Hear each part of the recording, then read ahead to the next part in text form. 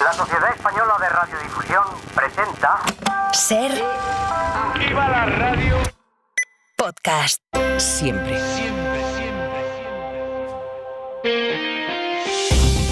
Las 8 de hoy por hoy en Ser Podcast.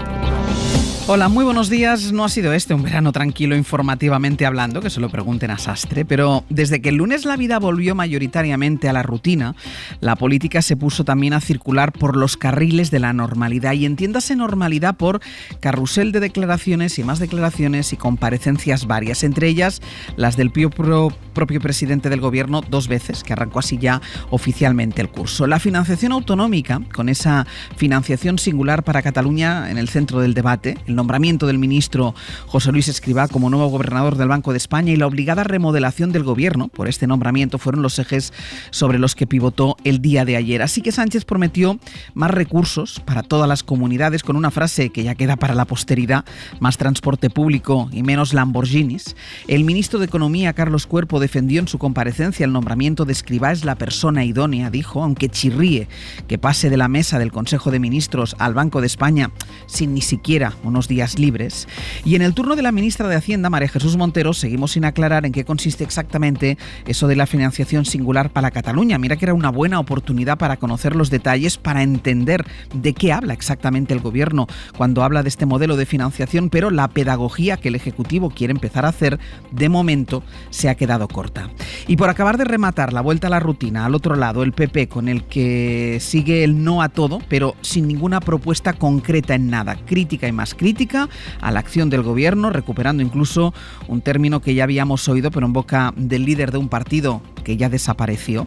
Ayer el PP llamó banda al gobierno, una banda peligrosa, dijo el senador Jaime de Olano, la banda de Sánchez. Bueno, así que cuando acabó el día ya no había ninguna duda de que la vuelta a la normalidad era total. Todo sigue como antes de irnos y en nada se nos habrá olvidado ya las vacaciones. Ángeles Barceló. Sastre, buenos días. Buenos días, Barceló. Digamos que en unas pocas horas parece que hayan pasado muchas cosas. Una en especial, esta que ahora subrayabas, que se agranda esa brecha entre el PSOE y el PP, sea por la financiación. Les aseguro, les garantizo, me comprometo a que la reforma del sistema de financiación autonómica que vamos a proponer, todas y cada una de las comunidades autónomas del país recibirán más recursos de los que recibieron mientras gobernaba el Partido Popular. Yo creo que a estas alturas los españoles, si algo saben, es que la credibilidad de la palabra de Pedro Sánchez vale absolutamente nada.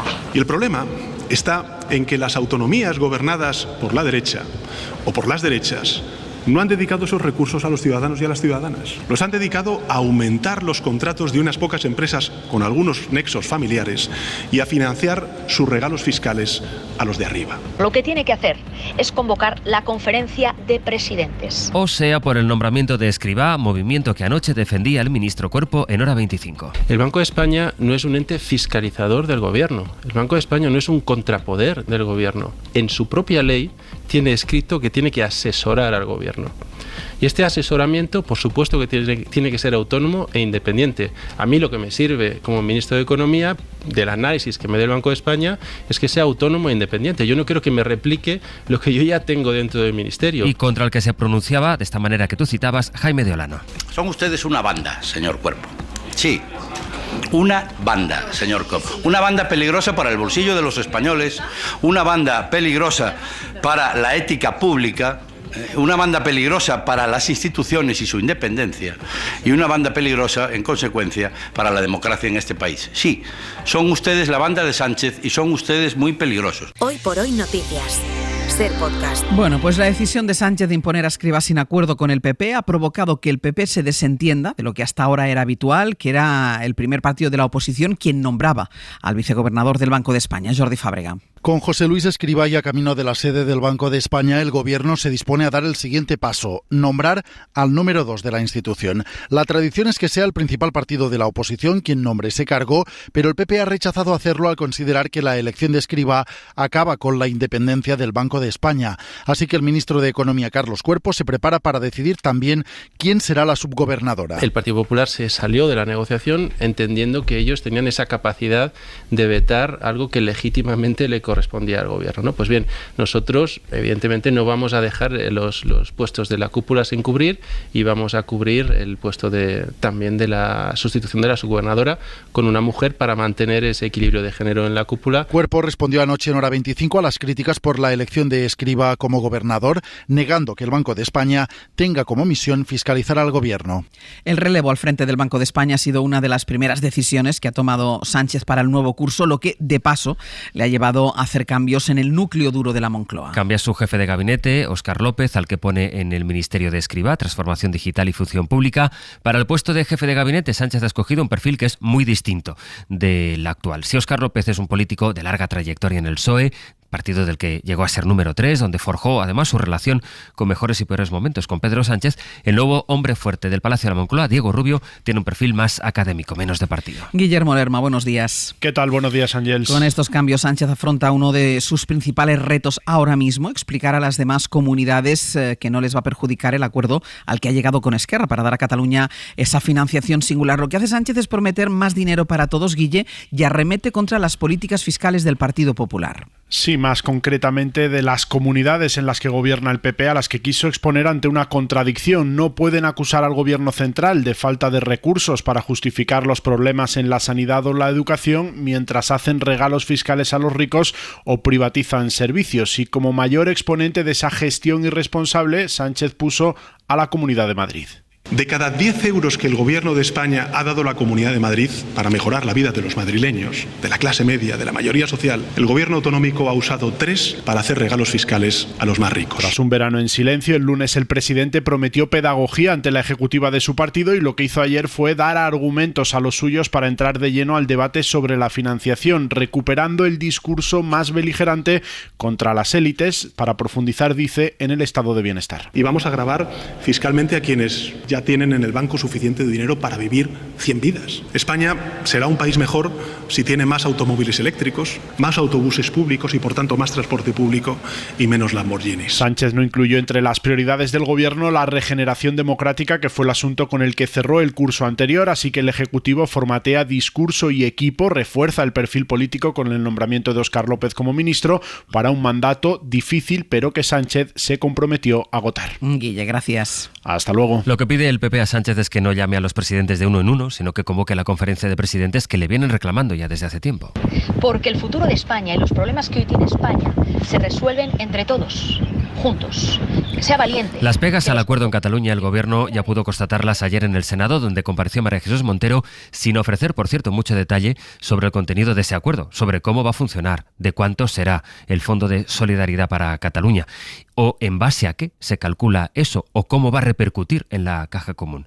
No solo constató la oposición del PP. Eso que algunos socialistas llaman eufemísticamente financiación singular y que no es más que una financiación a la carta independentista. Sino también las reticencias de Junts. Si la fórmula para frenar el expolio de Cataluña es pasar del café para todos al calimocho para todos, Junts dice no. Allí escuchó también el aviso de Esquerra. Será la Agencia Tributaria de Cataluña quien recaudará nuestros impuestos y posteriormente Cataluña aportará una solidaridad limitada. Y a Esquerra, que habla de solidaridad limitada, que habla de concierto, Montero, la ministra de Hacienda, la vicepresidenta, les dijo: ustedes llámenlo como quieran. El acuerdo no habla de concierto económico. Probablemente nos encontramos ante una mirada nueva, una mirada sobre la financiación de las comunidades autónomas nueva. La Audiencia Nacional va a citar a declarar a la cúpula del PP en la época de Mariano Rajoy por el caso Kitchen, que investiga el uso de recursos públicos y policiales para impedir que la justicia investigase la financiación irregular del partido. Tendrán que declarar como testigos Mariano Rajoy, Soraya Sáenz de Santamaría o Dolores de Cospedal. Miguel Ángel Campos. La sección cuarta de la Audiencia Nacional admite que declaren casi la totalidad de testigos propuestos por PSOE y Podemos. Así, tendrán que comparecer ante el tribunal el expresidente Rajoy, la exvicepresidenta Soraya Sáenz de Santamaría, clave porque controlaba el CNI, el sucesor de Fernández Díaz en Interior, Juan Ignacio Zoido, Cospedal, su marido, el exministro Arenas y hasta 2 exsecretarios de Estado de Seguridad. Por otra parte, el tribunal desiste de saber cuánto costó realmente la Kitchen. Ha rechazado una petición de la acusación para que Interior cuantifique a cuánto ascendió el operativo de espionaje a Bárcenas para destruir las pruebas que tuviera sobre la Caja B. También ha denegado averiguar quién ingresó dinero periódicamente en la cuenta carcelaria del falso cura que secuestró a la familia Bárcenas cuando la familia del secuestrador era insolvente. El motivo, porque estas pruebas debieron practicarse en fase de instrucción, dice el tribunal, y ahora ya es tarde. El juicio aún no tiene fecha por la saturación de causas que el tribunal tiene entre manos. Este mediodía el rey va a presidir el acto solemne de apertura del año judicial, precisamente, que se produce 2 días después del acuerdo entre los progresistas y conservadores para escoger como presidenta del Supremo y del Consejo a Isabel Perelló, la primera mujer que ocupa el cargo y que llega después de los más de 5 años de bloqueo en el gobierno de los jueces. Hay 2 incendios activos en Galicia, uno ha entrado desde Portugal por Ourense y otro ha obligado a decretar el nivel 2 de emergencia en Pontevedra. Ricardo Rodríguez, bo día. Bo día, Ángels. En Crecente, en Pontevedra, las llamas cercan 2 núcleos de población y han obligado a desalojar a una veintena de personas. El fuego está fuera de control a la espera de la llegada de los medios aéreos. Todo apunta a que el incendio ha sido provocado. Mientras sigue también activo otro incendio procedente de Portugal y que se ha adentrado en el Parque Natural do Xurés en Ourense, pendientes de la actualización de la Xunta. De momento, las llamas han arrasado unas 200 hectáreas en las últimas horas en Galicia. Hoy se va a mantener la inestabilidad en el este del país, aunque con menos tormentas que ayer, Jordi. Tormentas que afectarían sobre todo durante la tarde a provincias como Teruel, Castellón, Cuenca y Valencia, menos extensas pero igualmente intensas, algunas con granizo, y ya la próxima noche y especialmente durante la madrugada mucha atención tanto en Teruel como Castellón y en la provincia de Tarragona. Chubascos a lo largo del día en el Cantábrico, con pausas sin lluvia, ambiente fresco. En el resto del país, más sol que nubes, solo un poco de calor en el sur, ahora mismo fresco, incluso frío en el norte, en el interior, y en el incendio de Galicia todavía va a persistir el norte-est con rachas cercanas a los 40 kilómetros por hora. Hoy por hoy noticias. Ser podcast. Nosotros no vamos a dejar a los menores abandonados ni tirados. Lo que sí vamos a discutir con el Estado es quién va a tener que asumir la responsabilidad de la integración del menor, porque con 5.500 menores aproximadamente en Canarias, ni las ONGs tienen capacidad, ni hay capacidad física de abrir nuevos recursos. Es Fernando Clavijo, el presidente de Canarias, anoche en la SER explicando la decisión que tomó su gobierno cuando avisó de que los nuevos menores migrantes que llegarán a las islas no serían de su competencia, sino competencia del gobierno. Dice Clavijo que se siente decepcionado con el PSOE y pide un acuerdo con el PP, partido con el que él gobierna, para la reubicación de los menores. Canarias, Agustín Padrón, buenos días. Buenos días. Un acuerdo que permita desbloquear que los menores sean atendidos en lugares mejores que los que ofrece Canarias para los 5.300 que están ahora bajo su tutela. Y teme Clavijo que de mantenerse la tendencia sean 10.000 a final de año. Asegura que las ONGs con las que se va a reunir esta mañana les dicen que hay plazas libres en otras comunidades. Tú le preguntas a ONGs que están trabajando con nosotros en Canarias, ¿tienen recursos libres en otros lugares de España? La pregunta es, ¿y por qué no son derivados allí? Porque el Estado, cuando lo coge en alta mar o cuando lo afilia en extranjería, que está bajo su custodia, que es lo que nosotros decimos, están bajo la custodia del Estado, ¿por qué no lo ubica en un sitio donde el menor va a estar mejor? El presidente canario ha pedido también comparecer en el Parlamento Europeo y reclama la presencia del Frontex en África Occidental para evitar más muertes en el mar. Y en Valencia, el juez dejó ayer en libertad provisional al futbolista Rafa Mir, investigado por agresión sexual. El juez le ha retirado el pasaporte y ha decretado una orden de alejamiento con las 2 mujeres que le denunciaron a él y a un amigo suyo, a los que acusan de la agresión. Radio Valencia, Natalens, buen día. Buen día. Rafa Mir deberá comparecer semanalmente en el juzgado. Está investigado por un delito de agresión sexual con acceso carnal del artículo 179 del Código Penal. No ha ingresado en prisión porque no se solicitó. Su defensa insiste en que las relaciones sexuales fueron consentidas, un aspecto que niega la víctima.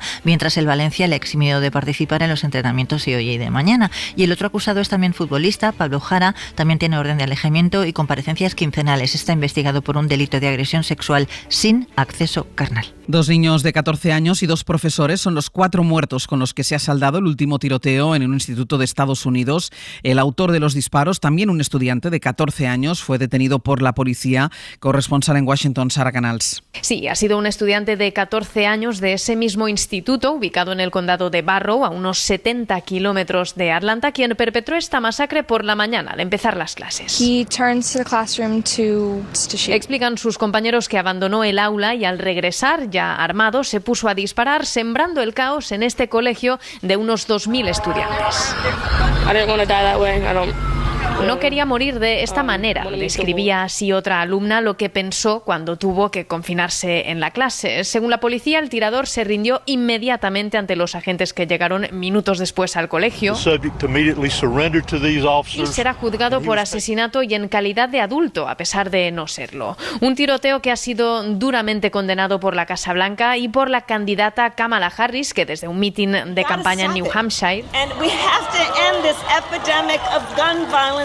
abogó por leyes más estrictas contra la violencia armada, mientras que Donald Trump se limitó a dar las condolencias a los afectados en su red social y a tachar al tirador de un monstruo loco y enfermo. Y aún del exterior, el Papa, que sigue su viaje por Indonesia, el país con más musulmanes del mundo, allí en una conversación con el presidente del país, Francisco, el pontífice, le ha dicho: en su país tienen familias con 3, 4, 5 hijos que siguen avanzando. El vostro país invece a familias de 3, 4, 5. Le dice: sigan así, son un ejemplo para todos los países en los que quizá, y esto puede sonar gracioso, es un ejemplo para todos los países que forse esas familias prefieren tener un gato o un perrito en lugar de un niño, y eso, dice el Papa, no funciona. En 10 minutos el abierto. Con Javier Aroca, Estefanía Molina e Ignasi Guardán. Para no perderte ningún episodio, síguenos en la aplicación o la web de la SER, Podium Podcast o tu plataforma de audio favorita.